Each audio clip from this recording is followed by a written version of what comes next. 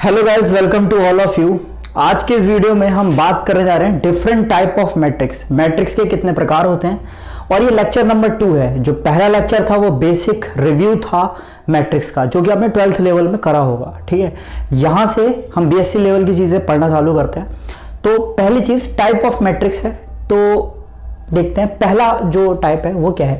तो पहला हम देख रहे हैं कि हाँ, स्क्वायर मैट्रिक्स। ठीक है, स्क्वायर मैट्रिक्स क्या होती है भाई साहब? Square matrix. तो स्क्वायर मैट्रिक्स क्या होती है? एक ऐसी मैट्रिक्स जिसमें नंबर ऑफ रोज और नंबर ऑफ कॉलम्स जो आपकी बराबर हो, वो मैट्रिक्स जो होती है वो आपकी स्क्वायर मैट्रिक्स कहलाती है। तो जैसे कि आपने 2x2 की मैट्रिक्स देख सकते हैं, आप 3x3 की मैट्रिक्स, 4x4। ठीक है, तो ये सब क्या है? आपकी एक स्क्वायर मैट्रिक्स है। ऐसी मैट्रिक्स जिसमें n जो हो वो m के बराबर हो, m जो n हो वो क्या हो? बराबर हो। ठीक है, वो क्या होगी? आपकी स्क्वायर मैट्रिक्स होती है। तो ये चीज़ आप लिख लीजिएगा, मैं बोल रहा हूँ, आप इसको नोट्स बनाइए। ठीक है, तो स्क्वायर मैट्रिक्स एग्जाम्पल भी लिख लीजिएगा उसके। दूसरी जो मैट्रिक्स है वो है आपकी डायगोनल मैट्रिक्स। ठीक है, क्या? Diagonal matrix. Diagonal matrix, diagonal matrix. तो एक ऐसी मैट्रिक्स जो कि क्या हो? एक स्क्वायर मैट्रिक्स हो, लेकिन उसमें सिर्फ प्रिंसिपल डायगोनल जो है आपका, प्रिंसिपल डायगोनल में ही एलिमेंट एग्जिस्ट करते हो। अदर देन जो बाकी जो एलिमेंट्स हो वो क्या हो? उस मैट्रिक्स के जीरो हो। तो पहली चीज क्या होनी चाहिए? कि स्क्वायर मैट्रिक्स। डायगोनल मैट्रिक्स क्या होती है? एक स्क्वायर मैट्रिक्स होगी। ठीक है, और उसमें क्या होगा? सिर्फ एलिमेंट कहां के होंगे? प्रिंसिपल डायगोनल टर्म के। अब आप कहेंगे प्रिंसिपल डायगोनल क्या होता है? अगर आपने पहली वीडियो देखी है तो मैंने उसमें बताया था, अभी दोबारा से बता रहा हूं। ठीक है, प्रिंसिपल डायगोनल हो, सिर्फ प्रिंसिपल डायगोनल एलिमेंट्स एग्जिस्ट करते हो जिसमें। जैसे कि क्या? पहली चीज एक मैट्रिक्स ले ली जो कि एक स्क्वायर मैट्रिक्स है। तो सपोज क्या है? वो 3x3 की मैट्रिक्स है। तो इसमें ए बी सी, ठीक है, डी ई एफ, ठीक है, जी एच और आई, ये अपने पास एक मैट्रिक्स है, 3x3 की मैट्रिक्स है। अब वो क्या कह रहा है? सिर्फ प्रिंसिपल डायगोनल एलिमेंट हो। तो यानी कि प्रिंसिपल डायगोनल एलिमेंट क्या होते हैं? देख लो, जिसमें जैसे A11 A22 A33, ये भी बताया था क्या होते हैं? A11 A22 A33 वाला एलिमेंट हो, ये जो होता है ये अपना प्रिंसिपल डायगोनल कहलाता है। क्या कहलाता है? डायगोनल। विकर्ण तो है, ये डायगोनल तो है, लेकिन ये क्या है? Principal diagonal. क्या है? प्रिंसिपल डायगोनल है। ठीक है, प्रिंसिपल डायगोनल है। तो प्रिंसिपल डायगोनल एलिमेंट ही हो, बाकी सारे एलिमेंट क्या हो? जीरो हो, तब वो डायगोनल मैट्रिक्स कहलाती है। तो क्या ये डायगोनल मैट्रिक्स है? नहीं। यहां पर क्या होगा? डी की जगह पर भी क्या होगा? जीरो आएगा। जी की जगह पर भी क्या आएगा? जीरो आएगा। और एच की जगह पर भी जीरो आएगा। ये सब क्या होंगे? एलिमेंट्स जीरो होंगे। सिर्फ ये वाले एलिमेंट्स होंगे, ये भी जीरो, ये भी जीरो और ये भी जीरो। ठीक है, तो ऐसी जो मैट्रिक्स होती है वो आपकी प्रिंसिपल डायगोनल मैट्रिक्स होती है। अब ये ए बी सी जो होते हैं, ये जो आ रहे हैं आपका A11 A22 A33, ठीक है। अब आप कहेंगे A11 A22 A33 क्यों कह रहा हूं? इसको हम इस तरीके से ही रिप्रेजेंट करते हैं इन एलिमेंट्स को। अब ये ए ई और आई जो है आपका, ये जो है कुछ भी हो सकते हैं, ये इक्वल भी हो सकते हैं, डिफरेंट भी होते हैं। ठीक है, तो ये हो गया अपना सेकंड टाइप ऑफ मैट्रिक्स, जिसे हम क्या कहते हैं? डायगोनल मैट्रिक्स कहा जाता है। अच्छे से नोट्स बना लीजिएगा। ये क्या होता है? डायगोनल मैट्रिक्स होती है जिसमें सिर्फ प्रिंसिपल डायगोनल एलिमेंट्स हो, और ए बी सी ये जो कोई भी एलिमेंट्स हो सकते हैं। ठीक है, अब इसके बाद आता है थर्ड जो आती है अपने पास मैट्रिक्स, वो क्या होती है? थर्ड जो मैट्रिक्स है वो क्या है? तो ये सब क्या आ सकता है? आपके क्वेश्चंस में आ सकते हैं कि ठीक है, तो थर्ड जो मैट्रिक्स है आपके पास वो कौन सी होती है? वो होती है स्केलर मैट्रिक्स। क्या होती है? Scalar matrix. अगर आपकी जो डायगोनल मैट्रिक्स है, ठीक है, डायगोनल मैट्रिक्स क्या होती है? एक स्क्वायर मैट्रिक्स होती है। तो स्क्वायर मैट्रिक्स होगी, हर डायगोनल मैट्रिक्स क्या होगी? स्क्वायर मैट्रिक्स तो होगी, क्योंकि 3x3 की होगी, या 2x2 की होगी, या 4x4 की होगी। अब जो ये प्रिंसिपल स्केलर मैट्रिक्स एक डायगोनल मैट्रिक्स होती है, लेकिन एक ऐसी डायगोनल मैट्रिक्स होती है जिसके डायगोनल जो एलिमेंट होते हैं वो सारे इक्वल होते हैं। क्या होते हैं? सारे इक्वल होते हैं। तो जैसे कि अगर ये ए है और यहां पर क्या रहा है? A0 0 B A0, ठीक है, 0 0 A ठीक है, 3x3, यानी कि एक ऐसी मैट्रिक्स जो कि डायगोनल मैट्रिक्स है लेकिन उसके जो एलिमेंट्स हैं सारे वो क्या है, इक्वल एलिमेंट्स हैं, तो वो जो मैट्रिक्स होगी वो आपकी स्केलर मैट्रिक्स कहलाएगी। क्लियर है बात? आई होप आपको समझ में आ रहा होगा। अब इसके बाद एक और मैट्रिक्स होती है अपनी, ठीक है, जो क्या होती है, फोर्थ मैट्रिक्स होती है, जिसको कहते हैं आप आइडेंटिटी मैट्रिक्स। आइडेंटिटी मैट्रिक्स ये तो सब जानते हैं ना, आइडेंटिटी आई मैट्रिक्स जिसे कहते हैं। तो ये भी क्या होती है कि स्क्वायर मैट्रिक्स होती है, ये भी एक स्क्वायर मैट्रिक्स होती है, लेकिन इसमें क्या होता है, इसमें भी सिर्फ प्रिंसिपल डायगोनल टर्म्स होते हैं, लेकिन वो सारे 1 1 होते हैं। वो क्या होते हैं, सारे 1 1 होते हैं, 0 1 0 0 0 1, ठीक है, 3x3 की ले लें, ये 2x2 की भी होती है, ठीक है। तो ये क्या होता है, इसमें सारे एलिमेंट जो होंगे आपके वो क्या होंगे, 1 होंगे, तो ये आइडेंटिटी मैट्रिक्स कहलाती है। तो ये सारी एक तरीके से डायगोनल मैट्रिक्स ही है, लेकिन क्या है, डायगोनल मैट्रिक्स में ये एलिमेंट कुछ भी हो सकते हैं, डिफरेंट हो सकते हैं। स्केलर मैट्रिक्स में सारे इक्वल होंगे, कोई स्केलर होगा जैसे कि मान लो 5 5 हो गया, ठीक है, कोई भी, या फिर ए हो गया। लेकिन जो आइडेंटिटी मैट्रिक्स होती है उसमें सारे एलिमेंट क्या होते हैं, 1 होते हैं। तो ये हो गया आपका फोर्थ टाइप की मैट्रिक्स, जिसको आप आइडेंटिटी मैट्रिक्स कहते हैं, ठीक है। तो ये स्पेस मैं बनाता हूं इसको मिटाकर, ठीक है।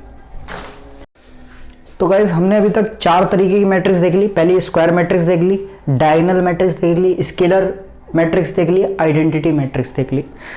अब और देखते हैं, एक होती है रो मैट्रिक्स, रो मैट्रिक्स होती है, दूसरी क्या होती है, कॉलम मैट्रिक्स होती है।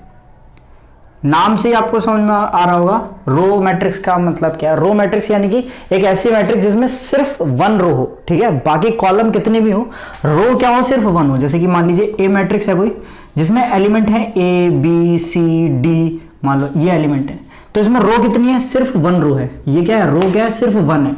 कॉलम 1 है, 2 3 4 रो कॉलम है, ठीक है। तो कॉलम कितनी भी हो, लेकिन रोज क्या हो, सिर्फ 1, तो R इंटू सी, ठीक है ना। तो रो क्या है, 1 2 4, तो रो सिर्फ 1 हो तो वो क्या होती है, रो मैट्रिक्स कहलाती है। क्या कहलाती है, रो मैट्रिक्स कहलाती है। और ये सारे वर्ड आपके आगे यूज होंगे, ठीक है, क्वेश्चंस आता है तो उसमें कि आपको ये रो मैट्रिक्स दी हुई है, ठीक है, या कॉलम मैट्रिक्स दी हुई है, तो आपको अच्छे से समझना है। तो रो मैट्रिक्स ये होगी। कॉलम मैट्रिक्स जैसे मान लो आपके पास बी कोई मैट्रिक्स है जिसमें सिर्फ 1 कॉलम हो, एलिमेंट कितने भी हो, तो मान लो ए बी सी, तो रो कितनी है, 1 2 3, ठीक है, ये मैट्रिक्स है अपनी। तो इसमें कितनी है, 1 2 3 रोज हैं, लेकिन कॉलम क्या है, सिर्फ 1, कॉलम क्या है, सिर्फ 1, तो 3 इंटू 1 की मैट्रिक्स है, ठीक है। तो ऐसी मैट्रिक्स क्या होती है, कॉलम मैट्रिक्स, और ऐसी मैट्रिक्स क्या होती है आपकी, रो मैट्रिक्स होती है। क्लियर है बात? अब जो 2 मैट्रिक्स मैं आपको बताने जा रहा हूं, इससे पहले एक और समझ लीजिए, नल मैट्रिक्स होती है एक, ठीक है, नल मैट्रिक्स होती है। नल मैट्रिक्स क्या होता है, यानी कि एक ऐसी मैट्रिक्स जिसमें सारे एलिमेंट क्या आ रहे हो, 0 आ रहे हो, जिसके सारे एलिमेंट क्या हो, 0। तो आप कहेंगे यार भैया ये कैसी मैट्रिक्स है। अब मान लीजिए 2 मैट्रिक्स हैं जिनको आप घटा रहे हैं, ठीक है, आपस में आप क्या कर रहे हैं, उनको घटा रहे हैं, जैसे a माइनस बी कर रहे हैं, सब्ट्रैक्ट कर रहे हैं। तो आपके पास जो एलिमेंट बचेगा उसको आप डायरेक्ट 0 नहीं लिखेंगे, वहां पर आप क्या लिखेंगे, उसको नल मैट्रिक्स लिखेंगे, सारे एलिमेंट्स को 0 दिखाएंगे। तो एक ऐसी मैट्रिक्स है मान लीजिए 3x3 की, जिसमें सारे एलिमेंट 0 हैं, ठीक है, तो वो क्या होगी आपकी 3x3 की नल मैट्रिक्स होगी। क्या होगी, नल मैट्रिक्स, नल मैट्रिक्स, सारे एलिमेंट 0 हैं तो वो नल मैट्रिक्स होती है। अब इसके बाद आप देखेंगे जो मैट्रिक्स हैं 2, वो बहुत ही ज्यादा इंपॉर्टेंट है, और आगे जब आप चीजें सीखेंगे, जैसे रैंक निकालना सीखेंगे, काफी चीजें जो आप सीखेंगे, उसमें ये जो वर्डिंग है बहुत ज्यादा यूज होगी और आपके लिए बहुत इंपॉर्टेंट जानना। तो जो मैट्रिक्स मैं बताने जा रहा हूं, 8th मैट्रिक्स जो मैं आपको बता रहा हूं, वो क्या है, अपर ट्रायंगुलर मैट्रिक्स। क्या, अपर ट्रायंगुलर मैट्रिक्स। और 9th जो है वो आपकी क्या है, lower triangular matrix, lower triangular matrix, ठीक है, ट्रायंगुलर मैट्रिक्स। तो अपर ट्रायंगुलर मैट्रिक्स क्या है, अपर ट्रायंगुलर मैट्रिक्स यानी कि अगर आपके पास कोई क्या है, मैट्रिक्स है, कोई स्क्वायर मैट्रिक्स है मान लीजिए, एक ऐसी मैट्रिक्स जिसमें क्या हो, प्रिंसिपल डायगोनल टर्म जो है आपका, प्रिंसिपल डायगोनल के ऊपर क्या एलिमेंट सारे एग्जिस्ट करते हो और प्रिंसिपल डायगोनल के नीचे के जितने एलिमेंट्स हैं वो सारे जीरो हो, वो क्या होती है, अपर ट्रायंगुलर मैट्रिक्स होती है। तो ऊपर क्या होता है, प्रिंसिपल डायगोनल के ऊपर एक ट्रायंगल का शेप बन जाता है, तो जिसको क्या कहा जाता है, अपर ट्रायंगुलर मैट्रिक्स कहा जाता है। जैसे कि मान लीजिए ए, ठीक है, बी, सी और ये डी है आपका, ये ई है और यहां पर आपका एफ आता है। तो यहां पर ये जीरो आ रहा होगा, यहां पर ये जीरो होगा, ये जीरो। तो आप देखिए ये क्या है, अपना प्रिंसिपल डायगोनल है, ठीक है, ये अपनी मैट्रिक्स है 3x3 की। तो आप देखिए ये क्या अपना प्रिंसिपल डायगोनल है, और प्रिंसिपल डायगोनल के ऊपर के तो सारे एलिमेंट हैं, लेकिन प्रिंसिपल डायगोनल के नीचे के जितने भी एलिमेंट्स थे आपके, वो सारे एलिमेंट्स क्या है, जीरो हैं। तो ऐसी जो मैट्रिक्स होती है उसको क्या कहते हैं आप, ऐसी मैट्रिक्स को कहते हैं upper triangular matrix, upper triangular matrix होती है। ठीक है, क्लियर है बात। यहां पर ये होती है आपकी अपर ट्रायंगुलर, यानी कि प्रिंसिपल डायगोनल टर्म के नीचे के सारे एलिमेंट क्या हो, अगर जीरो हो तो वो आपकी क्या होती है, अपर ट्रायंगुलर। बहुत ही ज्यादा इंपॉर्टेंट है, इसको समझ लीजिएगा। ठीक है, तो इसमें ये क्लियर हो गई। अब कोई मान लीजिए बी मैट्रिक्स है आपके पास, और उसमें क्या हो रहा है, उसमें प्रिंसिपल डायगोनल टर्म के क्या हो, ऊपर के जो एलिमेंट हो वो सारे जीरो हो। जैसे कि ए, बी, सी, यहां पर क्या आ रहा हो, डी आ रहा हो, ई, एफ, और यहां पर ये जीरो आ रहा हो, ये भी जीरो आ रहा हो, ये जीरो आ रहा हो। अब देखो ये क्या है, ये आपका प्रिंसिपल डायगोनल है, इसके नीचे के तो सारे एलिमेंट है, ऊपर के नहीं है। तो ये नीचे क्या है, लोअर ट्रायंगुलर, नीचे ट्रायंगल बनना है। अब क्या है, ट्रायंगल नीचे बन रहा है, तो ये क्या हो गई, लोअर ट्रायंगुलर मैट्रिक्स हो गई 3x3 की। क्या हो गई, लोअर ट्रायंगुलर। ठीक है, आप समझिएगा, लोअर ट्रायंगुलर मैट्रिक्स। क्लियर बात, लोअर ट्रायंगुलर मैट्रिक्स होती है ये। तो ये दो तरीके की मैट्रिक्स हैं, ये बहुत इंपॉर्टेंट है। आगे आपके रैंक जब आप निकालना सीखेंगे तो आपको ये काम आएंगी, और भी चीजों में काम आएंगी, याद रखिएगा। इसके बाद और तरीके की मैट्रिक्स भी हैं, बहुत तरीके के वर्डिंग है, उसको समझना में जरूरी है। तो आज अच्छे से समझ लेते हैं इसको।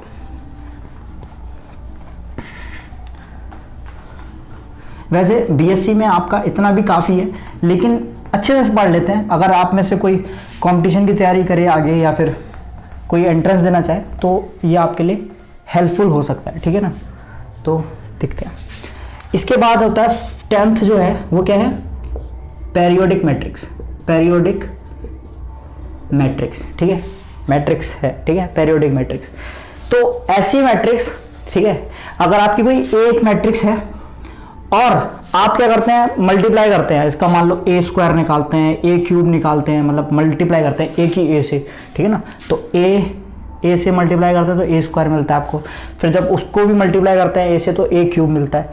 तो आप निकालते जाते हैं, आपको मान लो A5 पर आपको क्या मिल जाता है, दोबारा से जो नंबर्स मिल रहे हैं, ठीक है, वो आपको क्या मिल जा रहे हैं, क्योंकि आप जो इसका ऑर्डर है, मान लो ये 3x3 की है, तो आप ए से मल्टीप्लाई करेंगे तो ये 3x3 की रहेगी। तो मान लो A5 करने पर आपको दोबारा से ए ही मैट्रिक्स वापस मिल जाती है। ठीक है, मान लो A5 करने पर आपको क्या मिल जाती है, ए मैट्रिक्स दोबारा से मिल जाती है। तो ये जो मैट्रिक्स होगी आपकी, ए मैट्रिक्स होगी, वो आपकी क्या होगी, पेरियोडिक मैट्रिक होगी। यानी कि वो जो मैट्रिक्स है उसकी खुद से मल्टीप्लाई करने पर, मान लो कितनी पी टाइम आपने मल्टीप्लाई करी, कुछ भी हो सकता है, 5 नहीं, कुछ भी हो सकता है, 4, 3, 2, 1, 8, 100, ठीक है, मल्टीप्लाई करने पर आपको क्या मिल जा रहा है, वो मैट्रिक्स जब दोबारा मिल जाती है तो वो जो मैट्रिक्स होती है आपकी, वो पेरियोडिक मैट्रिक्स होती है। पेरियोडिक मैट्रिक्स होती है, ठीक है, सारी मैट्रिक्स पेरियोडिक हो जाएंगी इस तरीके से। तो इसका एक क्या होता है, पीरियड होता है। पीरियड क्या होता है, आप देखते हैं कि जो भी आ रहा है, जितने टाइम्स में k+1 टाइम में अगर a आ रहा है, तो ये जो मैट्रिक्स होती है इसका जो पीरियड होता है वो क्या होता है, k पीरियड होता है। k पीरियड की पेरियोडिक मैट्रिक्स होती है, पीरियड की पेरियोडिक मैट्रिक्स होती है। तो जैसे कि अगर कोई मैट्रिक्स है जो कि आपने क्या करा, ए मैट्रिक्स है और आपने 5 टाइम उसकी मल्टीप्लाई करी, यानी कि A5 निकाला और A5 A के बराबर आ गया, तो वो जो मैट्रिक्स है उसके लिए 5 जो होगा वो यहां पर k+1 हो जाएगा। तो k की वैल्यू क्या आ गई, 4। तो यानी कि अगर ये A5 में आपको A मिल जा रहा है, तो इस मैट्रिक्स, ये पेरियोडिक मैट्रिक्स है और इसका पीरियड क्या है, 4 पीरियड है। और मान लो आपके पास कोई मैट्रिक्स है, आपने 7 करा, ए मैट्रिक्स थी, आपने ए की 7 बाय मल्टीप्लाई करी, तो आपको फिर ए मिला। ठीक है, तो इसका पीरियड क्या होगा, इसका पीरियड होगा 6। ये क्या होगा, k यहां पर k की वैल्यू 6 हो जाएगी। तो यानी कि ये पेरियोडिक मैट्रिक्स है और इसका पीरियड क्या है, 6 है। ठीक है, क्लियर होगी ये बात, आई होप। ठीक है, तो पेरियोडिक मैट्रिक्स भी आपको समझ में आ गई। अब इसके बाद कुछ और मैट्रिक्स देख लेते हैं।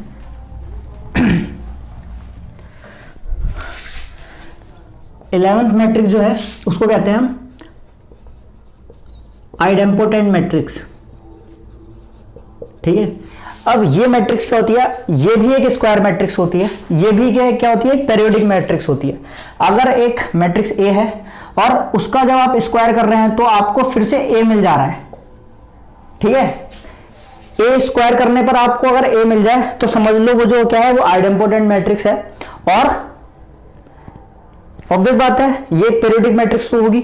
और ये क्या होती है, आइडेम्पोटेंट मैट्रिक्स एक पेरियोडिक मैट्रिक्स होती है, पेरियोडिक मैट्रिक्स होती है ऑफ पीरियड 1। ठीक है, इसका पीरियड क्या होगा, 1 होगा।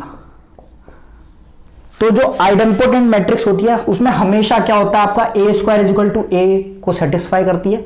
तो इसलिए वो क्या है, पेरियोडिक मैट्रिक्स होती है ऑफ पीरियड 1। ठीक है, तो आई होप ये आपको समझ में आ रहा होगा। तो देखिए यहां तक हमने इसे देख लिया, आइडेम्पोटेंट मैट्रिक्स देख लिया। अब क्या है, 2 मैट्रिक्स और देखते हैं। ठीक है, तो जो अपनी 12th मैट्रिक्स है वो है निलपोटेंट मैट्रिक्स, और 13th जो है वो है इनवॉल्यूटरी मैट्रिक्स। तो ये भी क्या होती है, इन मैट्रिक्स को समझते हैं। पहले निलपोटेंट मैट्रिक्स क्या होती है, एक ऐसी मैट्रिक्स जिसको अगर आप मल्टीप्लाई करते हैं p टाइम्स, ठीक है ना, आपस में मल्टीप्लाई करते हैं तो आपको अगर क्या मिल जाए, 0 मिल जाए। ठीक है, नल मैट्रिक्स मिल जाए। ठीक है, तो वो क्या होती है, निलपोटेंट मैट्रिक्स होती है। तो इसका एक एग्जांपल देख लीजिए, अगर ए मैट्रिक्स है मान लीजिए 0 0 1 0, ठीक है ना, इस मैट्रिक्स को अगर आप मल्टीप्लाई करते हैं 2 टाइम्स तो ये क्या हो जाता है, इसको ये आपको एक नल मैट्रिक्स देती है। जो निलपोटेंट मैट्रिक्स है इसकी एक खासियत यह है कि इसका जो हमेशा जो प्रिंसिपल डायगोनल जो होता है वो हमेशा 0 0 होते हैं। तो जो आपकी पहली मैट्रिक्स है वो तो कभी 0 नहीं होती पूरी, देखो इसमें एक एलिमेंट है, लेकिन जो आपका प्रिंसिपल डायगोनल होता है ना, उसमें जो एलिमेंट्स आते हैं वो हमेशा 0 होते हैं। ये इस मैट्रिक्स की पहचान है। और इसमें अगर मल्टीप्लाई करते हैं, जैसे इसमें तो 2 बार में ही आ गया, ठीक है 0, कई बार क्या होता है आगे भी आता है, तो वो क्या होती है, निलपोटेंट मैट्रिक्स होती है। क्लियर बात। अब क्या होती है, इनवॉल्यूटरी मैट्रिक्स, यानी कि एक ऐसी मैट्रिक्स होती है, ठीक है, ये क्या होती है, एक ऐसी मैट्रिक्स होती है जिसको आप जब 2 बार मल्टीप्लाई करते हैं तो आपको क्या मिल जाता है, आई मिल जाता है। ठीक है, क्या मिल जाता है, आई मिल जाता है। जो मैट्रिक्स मिलती है आपको 2 बार मल्टीप्लाई करने पर, अगर आपकी कोई मैट्रिक्स ए है उसको आप 2 बार मल्टीप्लाई कर रहे हैं तो आपको क्या मिल रही है, आइडेंटिटी मैट्रिक्स मिल रही है, जिसमें सिर्फ प्रिंसिपल डायगोनल टर्म हो और 1 1 1 हो, बाकी सारे एलिमेंट्स क्यों 0, तो वो क्या होती है, इनवॉल्यूटरी मैट्रिक्स होती है। तो ये हो गए आपके डिफरेंट टाइप ऑफ मैट्रिक्स, पहला स्क्वायर, डायगोनल, ये सारे एलिमेंट्स हैं। इसमें जो इंपॉर्टेंट है आपके लिए जानना वो क्या है, अपर ट्रायंगुलर, लोअर ट्रायंगुलर बहुत अच्छे से बीएससी में है तो आपको आगे बहुत ज़्यादा ज़रूरत पड़ेगी। और ये सारे जो नाम्स हैं ये आपको पता होने चाहिए, ये डिफरेंट टाइप ऑफ मैट्रिक्स हैं।